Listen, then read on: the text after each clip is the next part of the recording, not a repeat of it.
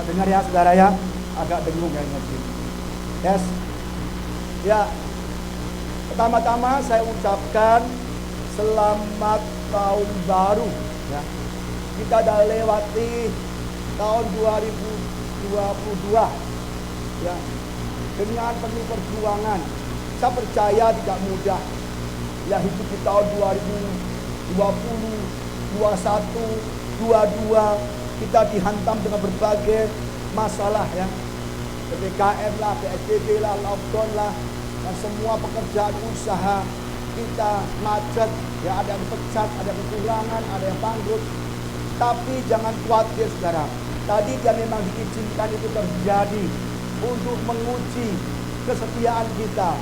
Segala yang terjadi alat bekerja untuk memberikan kebaikan bagi kita semua. Amin saudara. Tapi banyak anak-anak Tuhan yang ketika menghadapi COVID-19 selama 3 tahun ini mereka menggerutu, mengeluh, bersungut-sungut dan meninggalkan Tuhan. Padahal Tuhan hanya ingin menguji iman kita, ketaatan kita, kesetiaan kita. Setiap orang yang saleh kepada Tuhan pasti diuji untuk membuktikan bahwa kita benar-benar taat dan setia. Dan untuk tahun ini tema gereja adalah menjadi umat yang taat dan setia sampai akhir. Klik coba slide-nya. Ya, lihat coba. Ya, menjadi umat yang taat dan setia pada Yesus sampai akhir. Tidak mudah ya untuk taat dan setia. Memang kita mendengar gampang, Pak, taat dan setia sering dengar. Rasanya itu sudah biasa sekali, sudah umum kan. Tapi nyatanya banyak orang Kristen yang gagal untuk menjadi taat dan setia. Ini membuktikan bahwa untuk menjadi taat dan setia itu tidak gampang. Karena kita selalu dihantui, diperangi, bahkan dihasut oleh iblis. Kita berjalan seperti biasa secara jasmani, tapi di dalam roh kita diserang oleh kekuatan gelap, oleh iblis. Kita nggak tahu. Karena saya jelaskan bulan lalu ya, tapi di iblis dia menyerang ya, keluarga kita, pekerjaan kita, ibadah kita, pertemanan kita, rumah tangga kita diserang oleh iblis. Dan iblis zaman sekarang tidak seperti dulu ya, ada wewe gembel, ada tuyul. Enggak, itu iblis yang udah pas rendah saudara. Yang tinggi tidak mau, dia menghasut. Itu lebih parah lagi saudara. Kalau nongol kita hajar dan masih pergi. Tapi yang susah adalah iblis yang tidak kelihatan saudara ya. Bahkan banyak orang Kristen yang ada masalah, dia berbuat dosa, kedukun lah, kesuhu lah, mereka berbuat jahat, mencuri ya, merampok, membunuh lagi. Itu orang Kristen semua saudara. Kenapa? Mereka diserang oleh iblis, tapi mereka tidak tahu. Akhirnya mereka gagal untuk taat dan setia. Taat dan setia itu sangat-sangat mudah untuk dikatakan, untuk diucapkan, tetapi sangat sulit untuk kita lakukan. Sebab untuk jadi taat dan setia itu menanggung risiko ya. Dibutuhkan pengorbanan yang besar, tidak mudah. Maka banyak anak-anak Tuhan gagal. Rumah tangga pun juga gagal, nggak setia. Bekerja juga gagal, nggak setia sama majikannya. Apalagi sama Tuhan, lebih-lebih lagi nggak taat dan setia. Padahal Tuhan yang ingin kita taat dan setia. That's it, sudah. Maka apapun yang kita butuhkan, Tuhan pasti tolong berubah padang gurun menjadi taman yang indah. Tapi kita diuji sudah tidak kuat saudara. Mari kita belajar tentang ketaatan dan kesetiaan dari Yesus sendiri. Yesus adalah teladan utama, prototipe, contoh utama pribadi yang taat dan setia. Ya. Filipi 2 ayat 8. Dan dalam keadaan sebagai manusia, ia telah merendahkan dirinya dan taat sampai mati, bahkan mati di kayu salib. Ya, Ibrani 5:8. Dan sekalipun ia adalah anak, ia telah belajar dari taat dari apa yang telah dideritanya. Yesus taat dan setia. Ya, di dalam penderitaannya, merendahkan dirinya sampai dia mati di kayu salib. Untuk taat dan setia, di dalam keadaan yang baik itu gampang. Amin saudara. Misalnya kita bekerja di perusahaan, dikasih bonus, dikasih gaji naik, dikasih apa, semuanya dikasih tempat mobil, rumah. Kita bisa setia, bisa, taat bisa. Tapi suatu saat ketika bos kita mengalami paceklik atau mungkin yang parah bangkrut, apakah kita ada setia? Itulah yang diuji saudara. Dulu kita pernah punya tahun berapa itu, 2010 saja. Kita mengalami masa paceklik, kita bangkrut. Yang dulu-dulu kalau pagi selamat pagi Pak Budi, Bu Ida selamat pagi. Pokoknya sama kita baik-baik aja. Tapi begitu kita kena masalah, itu kita ambil bangkrut kan, kita bangkrut. Itu kita benar-benar mereka yang pagi-pagi tadi itu yang berontak pertama kali. Dia yang kelola orang untuk demonstrasi. Gaji terlambat, dia yang paling utama. Salibkan bos kamu, cakap Yesus. Dia pertama kali yang menyangkal. Dulu waktu kita di restoran rame, waduh mereka senang. Dan kita gaji bagus, tapi begitu sepi kita bangkrut saudara. Itu dia yang pertama kali yang menghasut karyawan untuk berdemo. Saudara, itulah kenyataannya. Mudah untuk ada setia kepada yang memberi kita sesuatu. Tapi kalau yang itu orangnya hancur, kita pasti nggak mau setia lagi. Itu manusia. Yesus juga manusia. Sekalipun dia anak dan sebagai keadaan dia manusia, dia bercontoh, inilah juga manusia. Aku datang ke dunia ini mengosongkan diriku sebagai Allah, mengosongkan diri sebagai Tuhan, mengosongkan diri sebagai anak raja, anak Allah. Sebagai manusia yang bisa sedih, yang bisa menangis, yang bisa dilukai, yang bisa diludahi, yang bisa berdarah-darah. Aku manusia. Tapi aku tetap merendahkan diri dan taat sampai mati. Ini luar biasa sekali. Ketaatan Yesus diuji oleh Bapa di surga. Dia menderita sampai dia berdoa berpeluh-peluh sampai keluar darah. Jadi di dalam ketaatan itu mengandung memerlukan pengorbanan. Tidak mudah saudara. Kita kalau mau taat ya, tapi nggak mau menderita nggak bisa. Maka Yesus ngomong dengan jemaat di mana Smyrna. Ya. Aku tahu kesusahanmu dan kemiskinanmu. Jemaat bilang miskin, susah, dianiaya. Namun engkau kaya. Kaya apa? Kaya imannya. Dan fitnah mereka yang menyebut dirinya sebagai orang Yahudi, tetapi sebenarnya tidak demikian. Baliknya mereka adalah jemaat iblis. Jadi banyak jemaah iblis, ya orang-orang jahat dipakai iblis untuk menyiksa kita, untuk menganiaya kita, untuk membuat kita stres. Ya. Itu jemaah iblis. Jadi kadang-kadang kita orang sekitar kita dipakai oleh iblis untuk menyerang kita, saudara. Ya, jemaat di Smyrna, jangan takut terhadap apa yang harus engkau derita. Sesungguhnya iblis akan melemparkan beberapa orang dari antaramu ke dalam penjara supaya kamu dicobai. Iblis melemparkan orang ke penjara, membuat orang menderita, membuat orang susah untuk dicobai, ya. Dan kamu akan beroleh kesusahan selama 10 hari. Hendaklah engkau setia sampai mati. Aku akan mengaruniakan padamu mahkota kehidupan. Jadi kalau kita mau taat, setia di dalam penderitaan demi nama Yesus, demi kebenaran, kita akan diberikan mahkota kehidupan. Kita akan diberi mahkota kehidupan. Tapi caranya apa? Kita akan dikenakan mahkota dunia. Mau nggak? Nah, Pak, saya yang diri aja Pak. Semua orang mau. Yang ini, oh jangan Pak. Nggak bisa. Yesus dikasih mahkota duri supaya kita dapat mahkota. Jadi saudara, mahkota akan diberikan melalui penderitaan kita demi nama Yesus. Jangan bilang, Pak saya di penjara Pak karena narkoba. Itu bukan. Pak saya di penjara Pak karena apa? Mencuri. Bukan. Membunuh Pak. Bukan lagi. Kita bertindak benar, berlaku benar, dan kita terima aniaya. Kita terima mahkota. Enak kan saudara? Mau nggak mahkota? Mahkota di surga. Mau? Mau semua. Mau yang ini nggak? Ya kan? Itulah saudara. Maunya enaknya aja. Ya kan? Baru ditegur dong.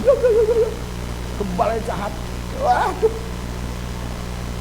Baru ditegur karena mungkin sering main HP, sering bolos. Itu kita diomelin banyak jemaat saudara. Padahal di Smyrna nih banyak jemaat Tuhan yang dianiaya, menderita, dia miskin untuk nama Tuhan. Dia menginjil tapi dia menderita saudara. Itulah ketaatan. Maka bilang, engkau tetap taat dan setia sampai akhir. Maka kita akan diberikan mahkota. Semuanya adalah iblis, jemaah iblis. Iblislah aktor utama. Kadang-kadang kalau kita disakitin orang, kita lihat dulu orang itu siapa, bagaimana latar belakangnya, bagaimana keluarganya. Kita lihat pasti ada aktor-aktor yang di bawah, di dalam itu untuk menyerang kita. Ada saudara ya. Maka kita seringkali tidak tahu kenapa kita nggak bisa taat, nggak bisa setia pada Tuhan. Karena kita selama ini diserang oleh seorang oknum ya, yang membuat kita tidak bisa taat dan setia. Siapa itu? Iblis, saudara. Iblis. Ya, iblis memakai banyak orang untuk menyerang anak-anak Tuhan.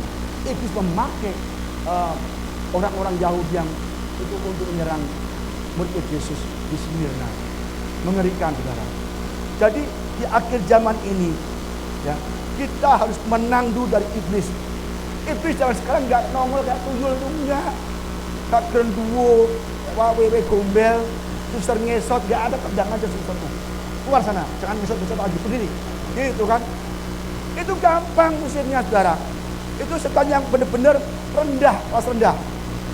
Tapi yang tinggi itu dia tidak mau main nongol aja, pasti diusir. Tapi mainnya menghasut, menghancurkan. Iblis tertata rapi saudara. Maka harus belajar ya. Jadi kita belajar dulu bagaimana kita menghadapi iblis dalam peperangan. Nanti kayaknya hari ini gak sempat saya menerangkan perlengkapan senjata Allah. Ya, saya akan terangkan dulu siapa itu iblis, ya, mengapa iblis di dalam kita, ya, dan bagaimana kita menghindarinya. Di dalam tahun 2023 ini kita harus belajar untuk bersiapkan diri kita ya, untuk melawan peperangan melawan iblis saudara. Kita pasti serang. Kalau kita memutuskan untuk percaya Yesus, saat itu juga kita menjadi lawan iblis. Tapi untuk melawan iblis kita harus tahu dulu siapa itu iblis, bagaimana kekuatannya apa, kelemahannya apa. Jadi dong, kalau kita perang suatu negara kan tahu dulu, oh ini kelemahannya mana, oh ini kekurangannya apa, oh di mana kelebihannya. Harus tahu dulu saudara. Demikian juga dengan kita musuh iblis. Siapa itu iblis ya? Kita belajar. Dia adalah malaikat yang berontak melawan Tuhan. Dan Yesaya 28 ayat 12-17. Dia adalah sombong orangnya ya. Hai anak manusia, ucapkanlah suatu ratapan mengenai Raja Tirus dan katakanlah padanya, beginilah firman Tuhan Allah, gambar dari kesempurnaan engkau. Ya, ini Lucifer, penuh hikmat dan maha indah. Engkau taman Eden, yaitu taman Allah yang penuh dengan segala batu permata yang berharga, yaspis merah, krisolit, dan yaspis hijau permata tirus, krisopras dan nefrit, lasurit, batu darah, dan malachit. Tempat tanahnya diperbuat dari emas dan disediakan pada hari penciptaanmu. Ini sungguh indah mereka dulu. Sebelum jatuh dalam dosa, sebelum jadi setan, dia indah sekali Lucifer ini. Kuberikan tempatmu dekat keruk yang berjaga. Di gunung kudus Allah engkau berada dan berjalan-jalan di tengah batu yang bercahaya-cahaya. Keren sekali. Lucifer maha indah, luar biasa. Dia sungguh-sungguh punya kedudukan yang tinggi di dalam surga itu. Dan karena bagaimana pemuji, penyembah. Engkau tak bercela di dalam tinggal lakumu sejak hari penciptaanmu sampai terdapat kecurangan padamu. Ya. Dengan pedang dagang yang besar, engkau penuh dengan kekerasan dan engkau berbuat dosa, maka kubuangkan engkau dari gunung Allah dan keruk yang berjaga membinasakan engkau dari tengah batu-batu yang bercahaya. Engkau sombong karena kecantikanmu, hikmatmu kau musnahkan demi semarakmu. Ke bumi engkau kulemparkan, pada raja engkau diserahkan di tangan bagi adanya. Lucifer itulah malaikat sebelum menjadi setan. Dia sombong, dia indah, ya. Akan hikmatnya dimusnahkan demi semaraknya, demi kemegahannya, demi kesombongannya. Dia sombong. Dia bahkan ingin menyamai Tuhan. Jadi saudara, karena kesombongannya ini, maka Lucifer dibuang Tuhan dari surga, menjadi setan, saudara. Tidak indah lagi. Semuanya mukanya hancur-hancuran, mengerikan, saudara. Jadi ini asal usul dari iblis. Ya. Yang kedua, keserakahan dan iri hati. Lucifer belum berkata indah, ya iri hati. Wah, engkau sudah jatuh dari langit, hai bintang timur, putra fajar. Engkau sudah dipecahkan dan jatuh ke bumi, hai yang mengalahkan bangsa-bangsa. Engkau yang tadi berkata dalam hatimu, aku hendak naik ke langit, aku hendak mendirikan takhtaku mengatasi bintang-bintang Allah. Dan aku hendak duduk di atas bukit pertemuan jauh sebelah utara. Aku hendak naik mengatasi ketinggian awan-awan, hendak menyamai yang maha tinggi. Malaikat juga ternyata punya kehendak bebas. Dan dia sombong, dan dia meninggikan diri, dan dia dilempar ke bumi. Tapi malaikat itu tidak sendirian. Dia ditolak oleh Allah, tapi dia membawa sepertiga malaikat yang lain. Wah, mengerikan. Bayangkan, sepertiga di surga pengikutnya Lucifer. Jadi banyak sekali iblis yang ada di bumi ini. Semua anak buahnya Lucifer. Kita nggak melihat dengan mata, tetapi pengaruhnya, hasutannya itu benar-benar dahsyat sekali. Maka kita lihat bagaimana Hawa berbuat dosa karena hasutan, memutarbalikkan firman. Rumah tangga pertama yang dihancurkan oleh iblis adalah rumah tangga Bapak Adam dan Ibu Hawa. Ya, jatuh dalam dosa. Maka kita hati-hati. Kita sering berdoa, saudara.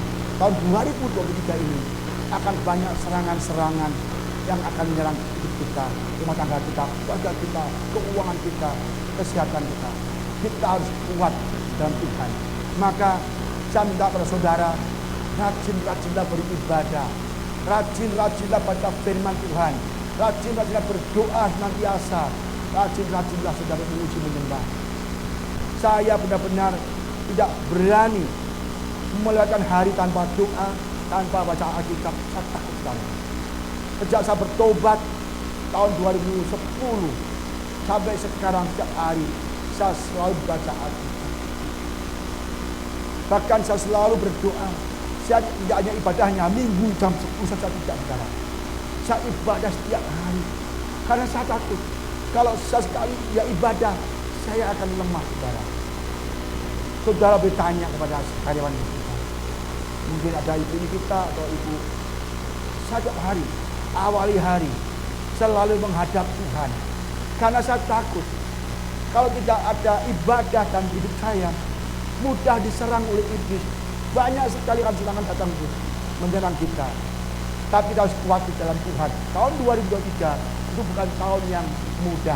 Banyak orang bilang tahun pemulihan, setelah kau selesai, tahun pengharapan, harapan baru, harapan indah. Saudara, tidak demikian. Hari bertambah hari, tahun bertambah tahun, sudah dekat akhir zaman. Iblis bekerja keras untuk menghancurkan iman kita, supaya kita tidak taat dan setia pada Tuhan. Kita lihat dah Efesus 6 ayat 10 sampai 18. Tapi tidak aja, yang lain akan saya bahkan di depan. Akhirnya adalah kami kuat di dalam Tuhan, di dalam kekuatan kuasanya. Ya, kuat di dalam Tuhan, bukan kuat di dalam keuanganmu, bukan kuat di dalam rumah tanggamu, bukan kuat di dalam bankmu, depositomu, emas sekali, enggak. Kuat di dalam Tuhan dan di dalam kekuatan kuasanya, saudara. Kenakanlah seluruh perlengkapan senjata Allah, supaya kamu dapat bertahan dan tipu muslihat iblis. Nanti akan saya jelaskan ke depan, ya. Jadi kita harus kenakan seluruh, ya, ada 6, ya. Semua ada 6 tentang besok, ya. Jadi ini benar-benar penting sekali. Tidak sebagian dari yang kita suka aja.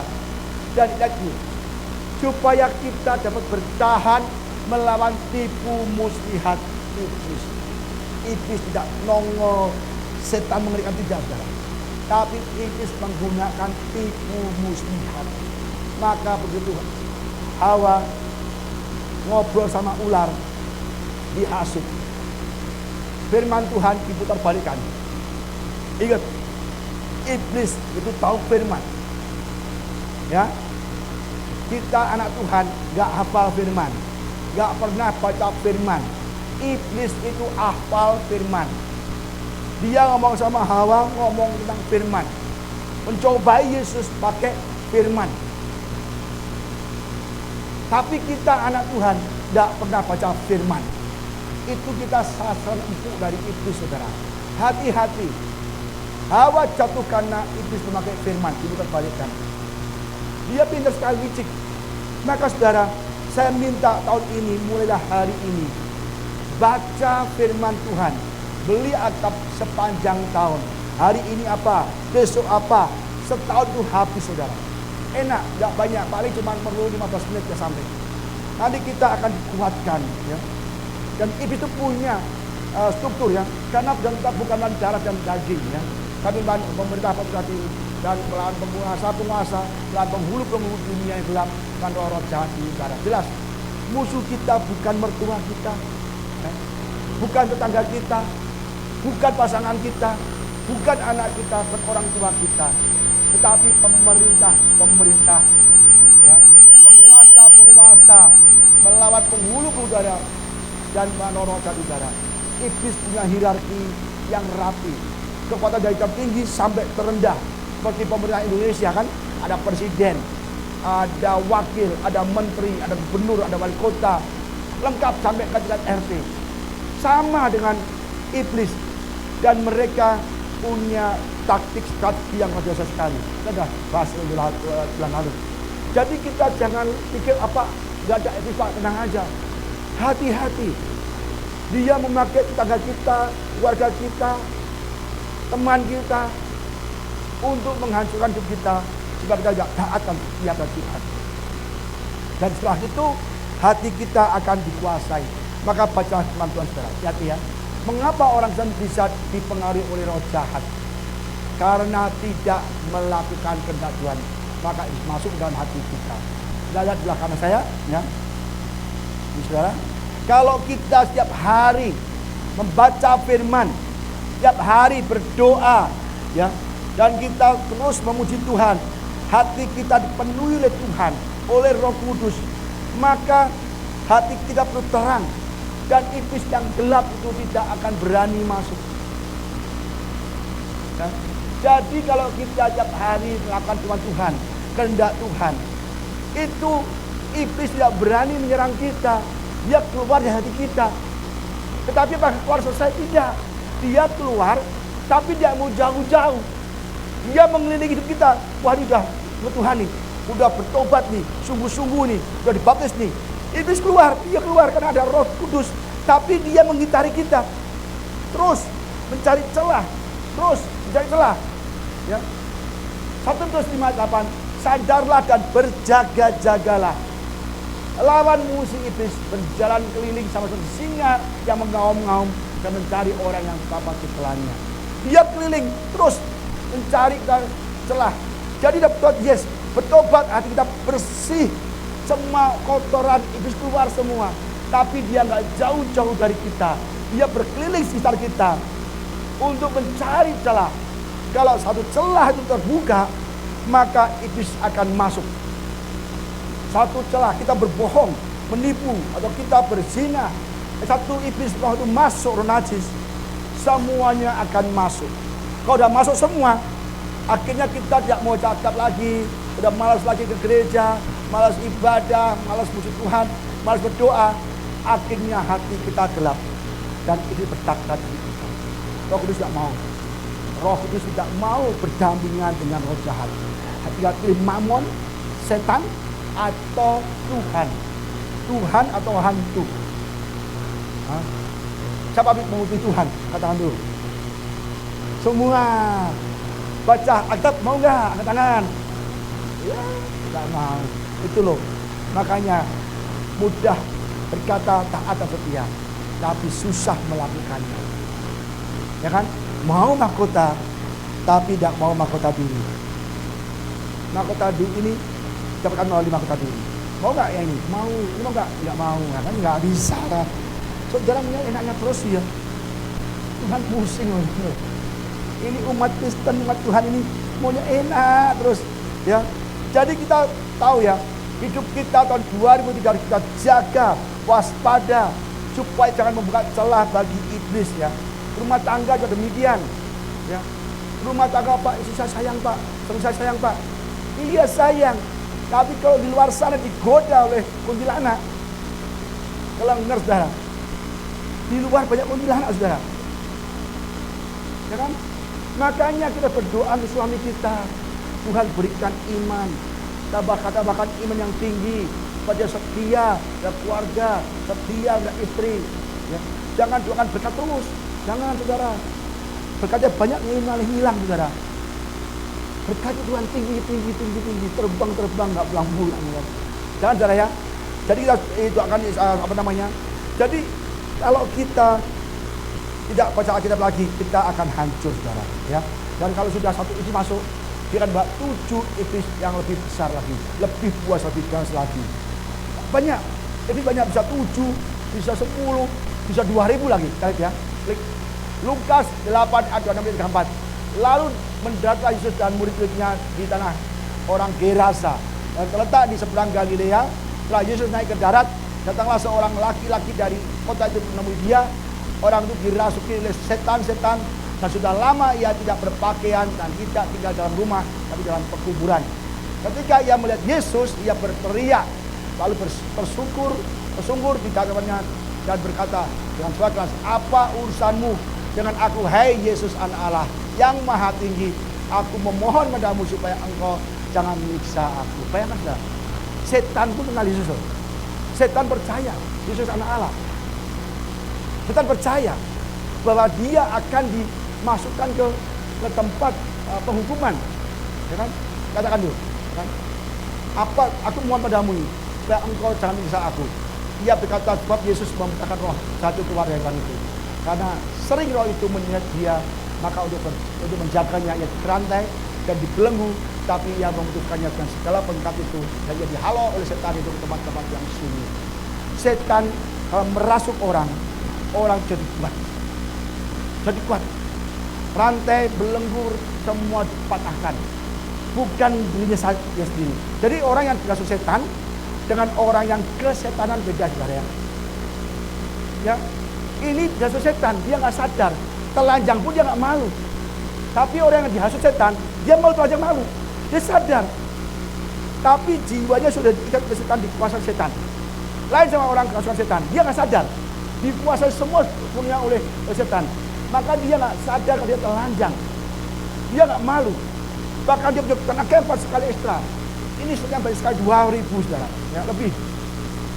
Dan Yesus berkata kepadanya, siapakah namamu? Jawabnya Legion, karena ia kerasukan setan, banyak setan. Tahu Legion? Legion adalah tentara Romawi yang terdiri dari 5000 prajurit. Bayangkan Legion 5000 setan saudara. Lalu setan itu memohon pada Yesus supaya jangan membiarkan mereka masuk ke dalam jurang maut. Dia tahu setan endingnya di jurang maut. Dia kenal Tuhan, jangan lempar aku sebelum waktunya. Ya. Adalah di sana sudah besar babi sedang mencari makan di lereng gunung. Lalu setan itu meminta kepada Yesus supaya ia memperkenalkan mereka masuk baju itu. Yesus mengabulkan permintaan mereka. Lalu keluarlah setan itu dari orang itu dan memasuki babi-babi itu. Karena babi itu terjun dari tepi jurang dan danau lalu mati lemas. Setelah penjaga-penjaga babi itu melihat apa yang terjadi, mereka lari lalu meninggalkan hal itu kota dan di kampung-kampung sekitar. Legion, satu orang bisa dirasuk banyak setan. Saya berapa kali musik setan capek dah, capek bener. Gak nafas pergi udah kelas 1, pergi kelas 1 lagi, nggak habis-habis dah. Kalau ini 2.000, 5.000, itu 5.000. Itu benar-benar Yesus penuh dengan kuasa sekarang. Jadi kita harus benar-benar dekat dengan Tuhan supaya kita diberi kuasa oleh Yesus ya. Hakim-hakim ya. Apa yang Tuhan lakukan ketika ya membiarkan apa nih? Ada lagi ending ya. Ya, apa yang Tuhan lakukan ketika kita membiarkan hati kita dikuasai oleh Tuhan? Tuhan membiarkan roh sakit hati, dendam, dengki, iri, roh berontak, berkhianat kepada orang yang merampas kuasa atas takhta Israel. Baca Ya. Hakim-Hakim 9 ayat 23. Maka Allah membangkitkan semangat jahat antara Abimelek dan warga kota Sikem, sehingga warga kota Sikem itu menjadi tidak setia kepada Abimelek. Abimelek sekarang adalah raja, ya. Dia bukan raja. Ini anak Gideon. Gideon punya anak 70, ya. Karena istrinya banyak. Dan Gideon juga punya istri dari Gundik di kota Sikem, namanya Abimelek. Nah, Abimelek ini menghasut orang kota Sikem untuk membunuh semua anak-anak Gideon. Kenapa? Dia ini berkuasa. Abimelek akhirnya membunuh semua anak Gideon. 70 orang dibunuh semua. Yang satu lolos, namanya Yotam. Dan ketika itu Abimelek jadi raja. Tapi Tuhan memberikan, ya, semangat jahat antara Abimelek dan warga Sikem. Akhirnya warga itu berontak dan melawan Abimelek, dan Abimelek akhirnya terbunuh. Jadi Tuhan mengizinkan roh jahat untuk mengacaukan dan membunuh Abimelek. Kenapa? Abimelek orang yang jahat, yang merebut tahta, ya, yang bukan sebenarnya milik dia.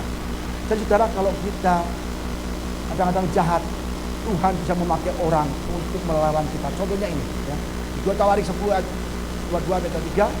Ketika, ya, ini adalah cerita tentang Yosafat, ya, diserang oleh 3 suku bangsa, ya. Dan Tuhan, kita tidak bisa melawan 3 suku bangsa, terlalu berat, kita akan mati. Suku Yehuda akan mati Tuhan. Dia berdoa, berpuasa, dan Tuhan berkata, bukan engkau yang berperang, tapi aku yang berperang. Makanya saudara, di tahun 2023 ini kita harus banyak doa. Tuhan, tahun ini tahun berat, tahun ini tahun paceklik, resesi, inflasi, dan tahun yang susah untuk hidup Tuhan. Tapi mataku tertuju kepada Engkau. Kita berdoa tiap hari memuji Tuhan, minta pertolongan Tuhan sepanjang tahun 2023 ini. Maka Tuhan akan tolong. Lihat, ya, ketika mereka bersorak-sorai dan menyanyikan pujian, ya, nyanyi pujian, dibuat Tuhanlah penghadangan terhadap Bani Amon dan Moab dan orang-orang dari pegunungan Sir yang hendak menyerang Yehuda. 3 bangsa, 3 bani menyerang Yehuda yang kecil, tapi dihadang oleh Tuhan di lembah dan dibuat apa? Yang hendak menyerang Yehuda, sehingga mereka terpukul kalah. Lalu Bani Amon dan Moab berdiri menentang pegunungan Sir, hendak menumpas dan memunahkan mereka. Segera sudah mereka membenarkan penduduk Sir, mereka saling membunuh. Jadi Tuhan adu domba di pura-purandakan. 3 musuh, 3 bani, 3 suku mau menyerang Yehuda. Sebelum sampai ke Yehuda, ini dikacaukan Tuhan. Saling bertempur, saling berterang, saling membunuh. Tidak ada satupun yang selamat. Yosafat datang ke lembah, sudah mati semua, dan tinggal mengambil jarahan-jarahan. Maka saudara, kita harus benar-benar awali tahun dengan Tuhan. Baca firman Tuhan, baca Alkitab, berdoa. Maka segala musuh kita, ya, yang menyerang kita, apapun yang menyerang kita, ekonomi, kesehatan, keluarga, teman kita menyerang kita, Tuhan akan morak-morandakan semua, dan kita akan diberkati Tuhan. Amin, saudara. Ya, kita harus lakukan, ya kan? Saya percaya nanti orang-orang jahat bertembus sendiri. Ini udah mau perang dunia ketiga. Saya percaya nggak lama lagi akan jadi perang dunia ketiga, saudara. Bahkan tahun ini bisa terjadi. Karena Tuhan bisa menggerakkan Rusia, menggerakkan Ukraina, menggerakkan NATO, Amerika untuk saling bertempur menyerang Rusia. Nanti akan pertempuran semua terjadi. Ini akhir zaman. Segala peperangan Tuhan yang mengizinkan. Setan yang menggerakkan, Tuhan mengizinkan. Kalau kita anak Tuhan, rajin beribadah, kita saleh, setan tidak bisa menyerang kita tanpa seizin Tuhan. Amin, saudara. Kita harus benar-benar banyak doa. Nanti perang mengerikan, saudara. Benar. Saya percaya semua akan terjadi, tapi anak-anak Tuhan akan dilindungi, saudara. Yang kedua, apa yang Tuhan lakukan, kita ambilkan hati kita masih jahat. Tuhan membiarkan roh kecemasan datang kepada kita kepada setiap orang yang tidak mendengarkan panggilannya. Kalau kita membiarkan kita terbuka untuk iblis, maka hidup kita selalu cemas, khawatir, takut. Kita kenal ada celah, kita buka celah, tidak mau percaya Tuhan, tidak mau datang kepada Tuhan, menolak Tuhan, tidak mau beribadah, tidak mau berdoa, tidak mau pelayanan, tidak mau ke gereja. Itu kita buka celah untuk iblis. Dan kita akan cemas, kita akan ada celah kecemasan dikirim oleh iblis dan Tuhan izinkan. Samuel mengatakan ini kan, ya, 1 Samuel 16 ayat 14-15. Tapi roh Tuhan telah mundur daripada Saul dan sekarang diganggu oleh roh jahat yang dari Tuhan. Lalu berkatalah hamba-hamba Saul padanya, ketahuilah roh jahat yang daripada Allah mengganggu engkau. Ini orang berkata, Pak, kok roh jahat dari Tuhan? Roh jahat dari Tuhan bukan demikian. Maksudnya itu memang roh jahat, tapi dia mengizinkan roh jahat untuk menyerang Saul. Mengizinkan. Roh jahat diizinkan untuk membuat Saul cemas, khawatir, takut. Ya kan? 1 Samuel 18 ayat 11. 1 Samuel 18 10-11. Keesokan harinya roh jahat yang daripada Allah itu berkuasa atas Saul, sehingga ia kerasukan di tengah-tengah rumah. Dan Daud mainkan sapi seperti sehari-hari. Adapun Saul ada tombak di tangannya, lalu melemparkan tombak itu karena pikirnya, baiklah aku akan menancapkan Daud ke dinding. Tapi Daud menolak sampai 2 kali. Bayangkan, Daud baik sama Saul, ya kan? Tapi karena diganggu oleh roh jahat, ya, merasuk Saul dan dia ada tombak, Daud mau dibunuh. Saya percaya kejadian polisi, pembunuh polisi itu Tuhan akan izinkan ada roh jahat yang merasuk dia. Maka dia sampai menembak. Pasti udah ada batas waktu selesai. Maka udah saatnya tiba lagi penghakiman. Tuhan izinkan roh jahat itu membuat dia menembak. Hati-hati. Ini Saul membunuh Daud. Kenapa? Ada roh jahat dari Allah. Roh jahat dari Allah. Dan Allah mengizinkan roh jahat untuk mengganggu Saul. Saatnya kau ganggu Daud. Akhirnya kedua benar kan saudara. Hati-hati. Sangat mengerikan sekali ya. Lihat baca lagi, lihat lagi. Ya. Tuhan mengizinkan iblis untuk mencobai umat Tuhan dan menguji ketaatan dan sebagainya. Kita orang saleh pun juga diuji Tuhan. Dari mana Tuhan tahu kalau kita tak ada setia? Tidak lihat ujian. Lihat ini, Ayub. Pada satu hari datanglah anak-anak Allah menghadap Tuhan, dan di antara mereka datanglah juga iblis. Maka bertanyalah Tuhan pada iblis, dari mana engkau? Lalu jawab iblis pada Tuhan, dari perjalanan mengelilingi dan menjelajahi bumi. Ya, maka firman Tuhan pada iblis, nah sekarang yang dipunyainya ada dalam kuasamu, hanya janganlah engkau menggunakan tanganmu terhadap dirinya, dan pergilah iblis dari depan Tuhan. Ini Ayub orang saleh, diakui orang saleh, ibadah rajin. Tapi iblis bilang ini, dari mana iblis? Jalan-jalan Tuhan, menjelajah bumi, dunia. Ingat, saat ini iblis menjelajah dunia, bumi, mencari kita, untuk menelan kita. Dan Tuhan ngomong sama iblis, lihat Tuhan aku Ayub, dia orang saleh, tapi namanya iblis penghasut, pendakwa. Oh ya terang aja Tuhan, dia kau berkati, kau lindungi, kau pagari, kekayaannya banyak, anaknya banyak, sehat terus. Coba kalau kau buka pagarnya, pasti dia akan murti kau. Apa kata Yesus? Aku mengizinkan kau. Jadi Ayub itu tidak bisa diserang iblis karena dia saleh. Tetapi Tuhan mengizinkannya untuk melihat kemurnian imannya, kemurnian ketaatan, kesetiaannya kepada Tuhan.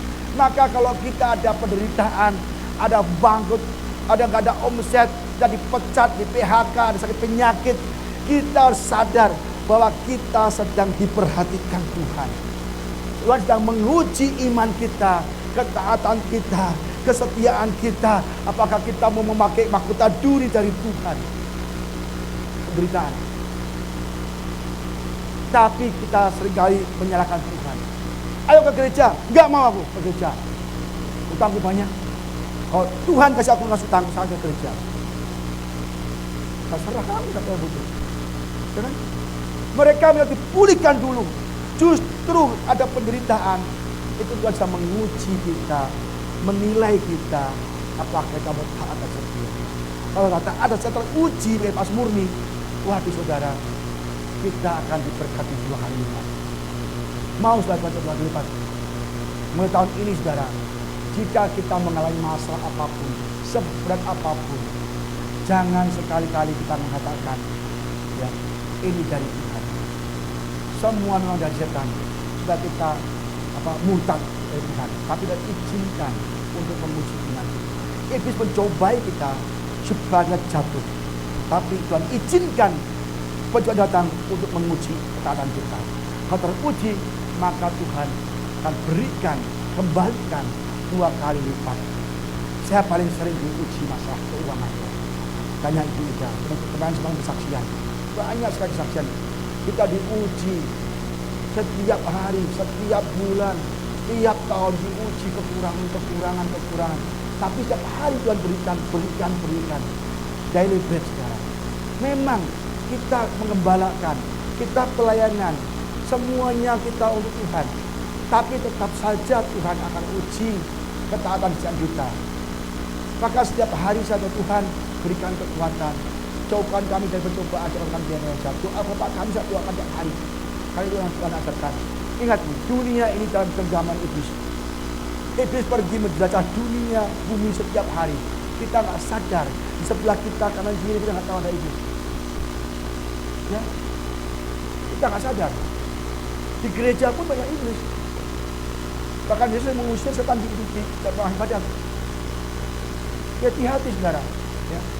Jangan sampai kita lemah.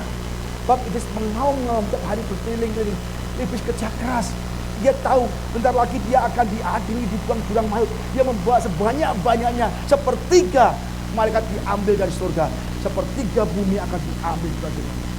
Hati-hati. Tidak mudah untuk bertaat dan setia. Tapi kalau buktinya Ayub dihajar, ya kan? Dia dihajar melalui apa? Bisnisnya hancur. Dalam sehari orang konglomerat terkaya di desa itu menjadi orang termiskin di dunia. Kaget gak?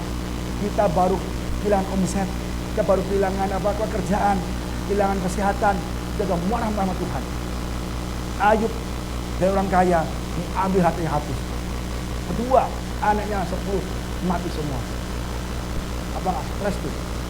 Banyak orang kalau anaknya mati itu dia murtad, nggak mau ibadah lagi. Ada. Ayahnya mati, nggak mau ibadah. Kakaknya mati, nggak mau ibadah. Kecewa Tuhan. Ini 10 anak mati. Belum selesai lagi sakit penyakit, barah semua. Sampai belum selesai, Ayub dikutuk oleh ibunya dan diserang temannya. Bayangkan, Ayub diserang dalam segala harta benda, pekerjaan, keluarga, kesehatan, dan teman-temannya menyerang Ayub semua. Tapi Ayub teruji. Dia keluarga emas yang murni. Tuhan yang memberi, Tuhan yang mengambil. Terpujilah Tuhan. Dan Ayub tidak mengikuti Tuhan, tapi dia tetap tidak berbuat dosa dan dia terpuji. Taat dan kebaikan 2 kali lipat. Itulah ujian saudara. Jadi tidak mudah jadi orang Kristen. Tidak mudah masuk ke surga. Surga itu mahal. Memang gratis, tapi sangat sulit. Dengan darah Yesus kita percaya, tapi tidak segampang itu. Percaya sampai di mana? Kita taat atau setia? Percaya Yesus Pak, percaya Yesus. Iblis tidak percaya. Iblis percaya dan hafal firman, tapi tidak melakukan kehendak Bapa surga ya. Apa yang kita lakukan jika kita membiarkan hati kita dikuasai oleh roh jahat dan selesai dan terbuka? Tuhan mengizinkan roh dusta datang pada seorang yang menolak dan ditaatkan. Jadi Tuhan juga bisa mengirim roh dusta pada orang supaya terjadi perselisihan. Saudara, 1 Raja-Raja 22, 20, 23. Dan Tuhan berfirman, siapakah yang akan membujuk Ahab untuk maju berperang supaya ia tewas? Siapa yang akan membujuk Ahab untuk berperang supaya tewas di Ramot Gilead? Maka yang seorang berkata begini, yang lain berkata begitu. Kemudian tampillah satu roh, lalu berdiri di hadapan Tuhan, ia berkata, aku ini akan membujuknya. Tuhan bertanya kepadanya, dengan apa? Jawabnya, aku akan keluar dan menjadi orang roh dusta dalam mulut semua nabinya. Dia berfirman, biarlah engkau membujuknya dan engkau akan berhasil pula. keluarlah dan berbuatlah demikian. Karena itu sesungguhnya Tuhan telah menaruh roh dusta ke dalam mulut semua nabimu. Tapi ini sebab Tuhan telah menetapkan untuk menimpakan malapetaka kepadamu. Jadi Ahab, ya Tuhan menaruh roh dusta kepada banyak nabi, ketika pada usus nabi, supaya Ahab, kamu perang. Tuhan berkata, kamu akan dikasih kemenangan. Itu nabi semua apa? Semua nabi itu dikatakan kamu akan menang, kamu akan menang. Ya, tapi ada satu nabi yang dari Tuhan, tidak bisa, kau akan mati. Tapi tetap akhirnya Abimelek berperang. Ya, dan akhirnya pada dia Ahab berperang dia mati. Dan Tuhan bisa kirim roh dusta, izinkan roh dusta terjadi untuk mengacaukan, untuk membunuh. Maka terjadi banyak dusta-dusta dalam timnya saudara. Itu Tuhan sudah atur semua saudara. Apa yang Tuhan lakukan ketika kita membiarkan hati kita dikuasai oleh jahat. Yang keempat, Tuhan mengizinkan setan mencobai anak-anak yang benar. Ya. Iblis membujuk Daud untuk bangsa Israel. Ya. Daud juga dibujuk oleh iblis untuk menghitung sensus ya. 1 Tawarik 1 ayat 1 ayat 2. Iblis bangkit melawan orang Israel dan ia membujuk Daud. Iblis bangkit melawan bangsa Israel dan ia membujuk Daud untuk menghitung orang Israel. Lalu berkatalah Daud kepada Yoab, kepada para pemuka, raja, pergilah, hitunglah orang Israel dari Berseba sampai Dan bawalah hasilnya berlaku, dan aku tahu jumlah mereka. Zaman dulu menghitung umat Tuhan, sensus itu benar-benar ada caranya, tidak sembarangan. Maka dikatakan di kitab di Perjanjian Lama dikatakan bahwa apabila engkau menghitung jumlah orang Israel pada waktu mereka didaftarkan, maka haruslah mereka masing-masing mempersembahkan kepada Tuhan uang perdamaian karena nyawanya pada waktu orang mendaftarkan mereka, supaya jangan ada tulah di antara mereka pada waktu pendaftaran itu. Jadi katakan bahwa umat Israel adalah milik Allah, ya, milik Allah. Jadi yang berhak menghitung Allah sendiri, bukan Daud. Kalau menghitung seizin Tuhan, dan itu ada syaratnya, ada persembahan nyawanya. Dan Daud dihasut oleh setan untuk menghitung Israel, supaya Tuhan menghukum bangsa Israel melalui Daud, saudara. Jadi Daud pun bisa dihasut oleh iblis, saudara. Tidak bisa orang muncul sembarangan, ada syaratnya. Itu mengandung kesombongan. Daud dihasut sombong loh. Aku ini menghitung, kau tahu kekuatan tentaraku. Aku mengalahkan berlaksa-laksa karena aku kuat, aku akan menghitung rakyatku. Itu Daud mulai sombong. Dan Tuhan menghukum Daud, saudara. Ingat itu ya. Jadi iblis bisa menaruh roh dusta ya. Bisa seperti nanti Matius 4 ayat 1, maka Yesus dibawa oleh roh kepada guru untuk dicobai iblis. Jadi iblis pun berani mencobai Yesus, apalagi kita. Dan nyobai Yesus pun pakai ayat, pakai firman Tuhan. Dan Yesus menolaknya juga pakai firman Tuhan. Bagaimana kita bisa melawan iblis kalau kita tidak baca firman Tuhan? Keluarga kita hancur, rumah tangga kita hancur, pekerjaan kita hancur, kehidupan kita hancur, karena kita nggak bisa punya senjata melawan iblis. Yesus pun melawan iblis dengan firman Tuhan. Dengan apa kita melawan firman Tuhan? Coba, kenapa? Nggak bisa, saudara.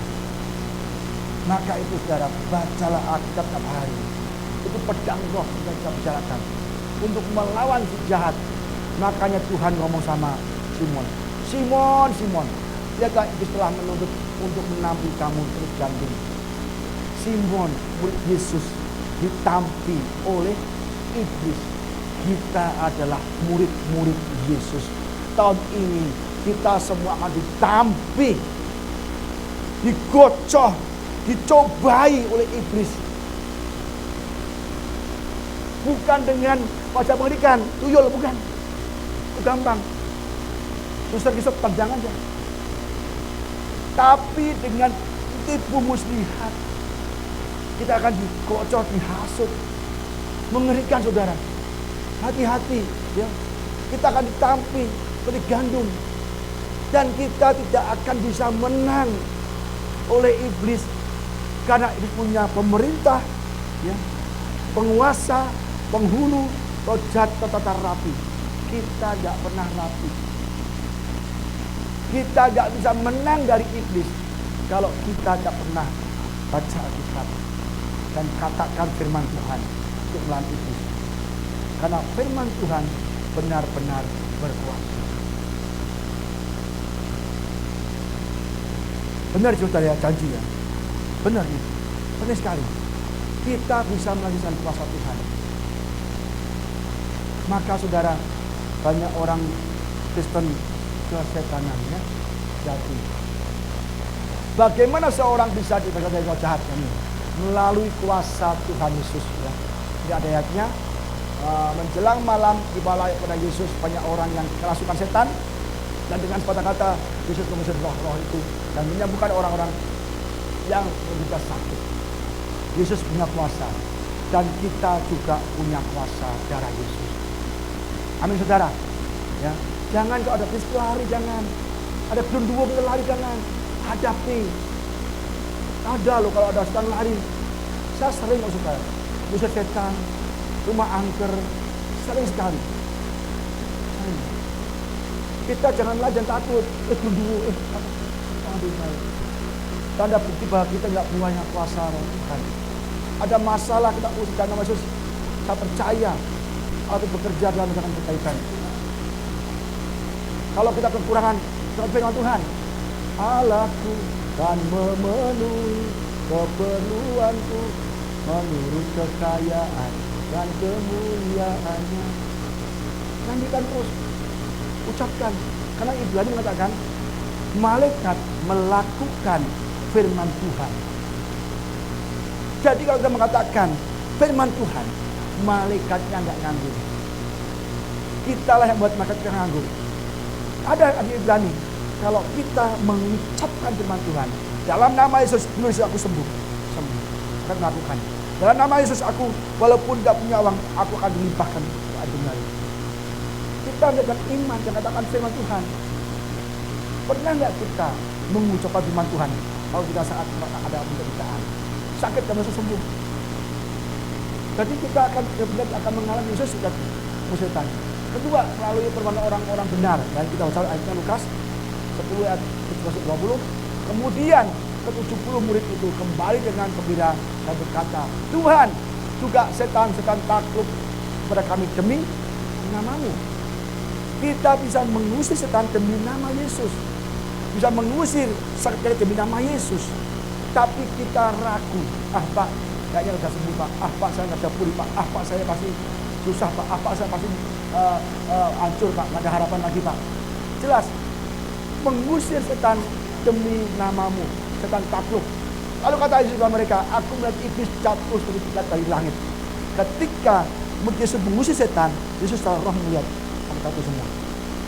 Dan setiap itu hal-hal. Ya. Sesungguhnya aku telah memberikan kuasa kepada kamu untuk menginjak ular dan kalajengking dan kuasa untuk menahan kekuatan musuh sehingga tidak ada yang akan membahayakan kamu.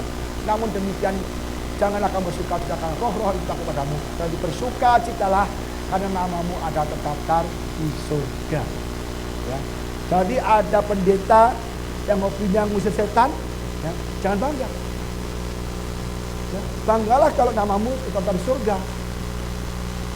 Kan ada katakan, aku mengusir setan demi namamu. Aku membuat cerita demi namamu. Ya kan? Aku membuat apa? Membuat orang sakit demi namamu. Aku gak kenal engkau buat kejahatan. Jadi yang penting adalah nama kita terdaftar di surga. Amin saudara. Ya, tahun ini saudara cari orang kesurupan, usir mereka. Ya kan? Dua PR. Jangan santai di rumah aja, kita baca Alkitab nih. Baca Alkitab, ya kan? Berdoa, Tuhan, cari kasih aku orang yang kesurupan, cari aku orang yang sakit. Aku mau praktek Tuhan. Perlu latihan. Maka saya mengirim dua. Ayo kamu praktek nih, pergi semua. Dua, begitu selesai lapor lagi. Gimana? Wah, Tuhan, semua setan takut sama kita semua. Demi namamu. Harus demi nama Yesus baru bisa saudara. Ya. Yang sudah Rasul 16 ayat 18. Suatu kali ketika kami pergi ke tempat sembahyang itu, kami bertemu dengan seorang hamba perempuan yang mempunyai roh penuh dengan penungan-penungan yang tuan-tuan yang beroleh penghasilan besar. Penuh setan bisa memberi kekayaan. hati-hati saudara, ya. Ia mengikuti Paulus dan kami dari belakang sambil berseru katanya, orang ini adalah hamba Allah yang maha tinggi. Mereka memberitakan padamu jalan kepada keselamatan. Setan pun tahu bahwa Paulus menginjil. Setan pun mengakui, ya, bahwa dia hamba Allah. Hal ini dilakukan beberapa hari lamanya, tetapi ketika Paulus tidak tahan lagi dan akan gangguan itu, ia berpaling pada roh itu. Demi nama Yesus Kristus, aku menyuruh engkau keluar dari perempuan itu. Ini seketika itu juga keluarlah roh itu. Ingat, ya saudara, apapun masalah kita, ya, yang kita hadapi nanti, demi nama Yesus Kristus, saudara. Tapi kita harus belajar Alkitab, Holy Bible, penting sekali. Maka saya katakan bahwa saya takut sekali kalau sehari tidak baca Bible, karena saya nggak mau buat salah lagi besok masuk. Setiap hari baca Bible terus, baca Bible. Sebab iblis sangat gencar sudah, ya, hati ya. Mintalah kesempurnaan dari roh Allah menguasai kita, roh hikmat, roh nasihat, roh pengetahuan, roh kekuatan, kekuasaan, roh pengertian, roh belas kasihan, roh takut akan Tuhan, roh pengenalan akan Tuhan. Kita berdoa minta 7 roh dari Tuhan supaya kita benar-benar saudara bisa kuat menghadapi peperangan, ya. Tim siap, ya. Kita harus mempertahankan hubungan dengan Tuhan, karib dengan Tuhan melalui doa, puji-pujian, penyembahan, baca Alkitab tiap hari, bersekutu dengan saudara-saudara seiman, dan kita harus berjuang dan bekerja untuk dengan seluruh perlengkapan senjata Allah. Ingat saudara, ya, kita akan bahas lagi nanti di depan apa itu perlengkapan senjata Allah. Penting sekali. Maka kita punya perlengkapan senjata Allah, kita bisa menang melawan iblis. Mari kita iblis dulu.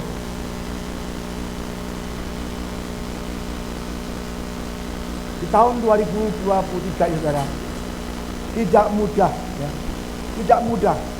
Kita akan menghadapi banyak masalah-masalah yang akan kita hadapi. Banyak sekali pergumulan kita hadapi. Tanpa Tuhan, tanpa kita intim dengan Tuhan, tidak kita bisa menang. Sangat berat saudara. Banyak orang ngomong tahun pengharapan, tahun pemulihan, tahun yang mudah, tahun yang enak. Bagi saya itu keliru saudara. Semakin tahun semakin sulit. Semakin tahun banyak pandemi yang baru akan muncul. Semakin tahun akan banyak masalah lagi. Semakin tahun akan banyak gangguan-gangguan apapun yang terjadi. Keamanan akan terjadi. Maka kita mulai intim dengan Tuhan. Berdoa setiap hari, baca Alkitab, menyembah Tuhan, beribadah sungguh-sungguh supaya keluarga kita dikuatkan. Jangan sampai kita tidak bisa beribadah saudara. Maka tahun baru ini saya senang. Kemarin saya waktu mau ke Turki yang sama Ibu Ida, Audi, Pak Richard, ditawarin, Pak mau nggak ke Turkinya 27 sampai awal tahun. Ya, saya bilang maaf saya nggak mau. Saya ingin menghabiskan waktu all in you, ya, akhir tahun dan awal tahun di rumah Tuhan. Saya selalu tidak ingin pergi di akhir tahun atau di awal tahun. Walaupun itu pun gratis pun saya nggak mau. Karena saya rindu saya ada bersama jemaat di akhir tahun untuk bersyukur kepada Tuhan atas kebaikan-kebaikan Tuhan sepanjang tahun 2022 dan untuk berdoa minta penyertaan Tuhan sepanjang 2023. 2023 tahun yang berat sekali. Tapi kalau kita bersama Tuhan, kita pasti disertai. Kita tetap masuk masa tribulasi, kita masuk masa penampian, tapi Tuhan menyertai kita, melindungi kita dalam segala masalah. Memang kita tidak bisa lari dari COVID, tapi semua orang bisa kena COVID, tapi kita percaya Tuhan, tetap dilindungi Tuhan. Amin saudara. Maka saya minta sekali lagi, mulai hari ini buka Alkitab saudara baca. Saya percaya tahun ini menjadi tahun kemenangan bagi saudara. Yang lain jatuh, kita akan tetap berdiri teguh dengan menggunakan perlengkapan senjata Allah. Besok datang lagi di depan, saya akan jelaskan bahwa di tahun 2023 ini saudara akan hidup kemenangan demi kemenangan. dan saudara akan tumbuh imannya dan berjalan lepas. Amin. Mari kita dengar lagu ini.